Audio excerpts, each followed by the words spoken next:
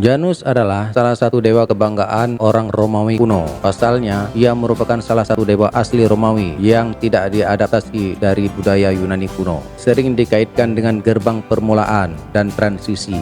Janus biasanya digambarkan bermuka dua.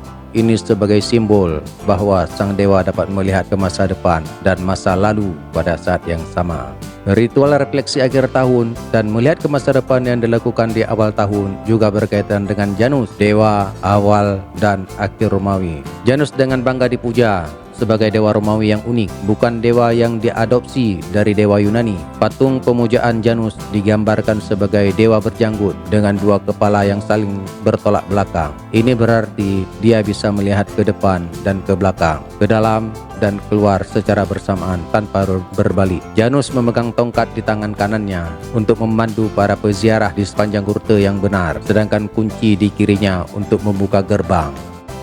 Bang Rocky Gerung, itu ada statement yang kita dengarkan bersama-sama dari Ari Dwi Payana. Pertama mengatakan itu hak demokrasi, kritik adalah vitamin, menghargai perbedaan pendapat. Namun juga setelahnya disampaikan apalagi kaitannya dengan politik partisan untuk politik elektoral. Bagaimana Anda melihat ini? Jadi dihargai atau ternyata masih ada suzon kalau yang Prof. Bambang Juanda tadi katakan?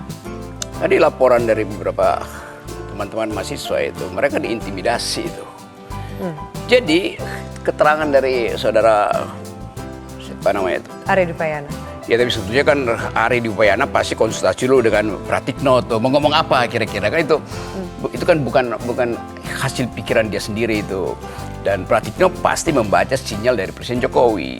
Dan Presiden Jokowi menginginkan ucapan-ucapan itu terlihat manis, demokratis itu.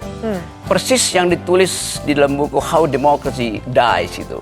Semua pemimpin berupaya untuk mencitrakan diri demokrasi, padahal dia sedang membunuh demokrasi kan. Kan itu yang terjadi kan. Jadi kalau kita lihat apa sebetulnya poinnya tuh ucapan itu tuh. Kalau dalam praktek tetap ada tekanan kan dasarnya hanya itu tuh.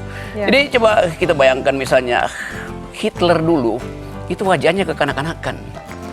Hitler dipilih secara demokratis tuh. Bahkan di dalam ujung pemerintahan dia Hitler itu orang semacam Carl Schmitt, pemikir hukum terbaik di Jerman itu akhirnya membela tindakan Hitler. Dikasih pembenaran.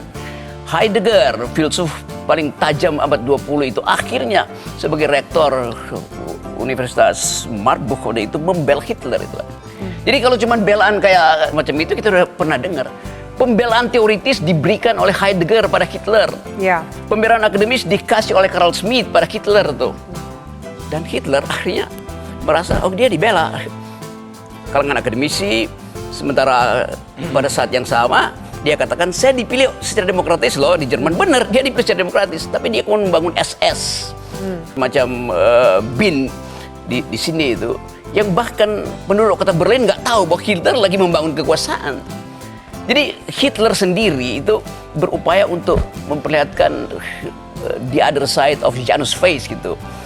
Janus itu punya dewa Janus itu punya dua face, dua wajah bengis dan wajah baiknya. Nah kita melihat wajah bengis itu disembunyikan dengan wajah baik pemandu sorak dari Jokowi. Di depan itu kan berjajar pemandu sorak Jokowi kan. Ya. Nah Jokowi sendiri menyusun strategi busuk itu untuk satu periode, untuk satu putaran segala macam. Jadi persiapan kebusukan itu di belakang layar tuh. Itu yang kita sebut sebagai biasanya tuh kalau panggung Yunani itu yang di depan itu dibikin bagus, di belakang itu kasakusuk tuh.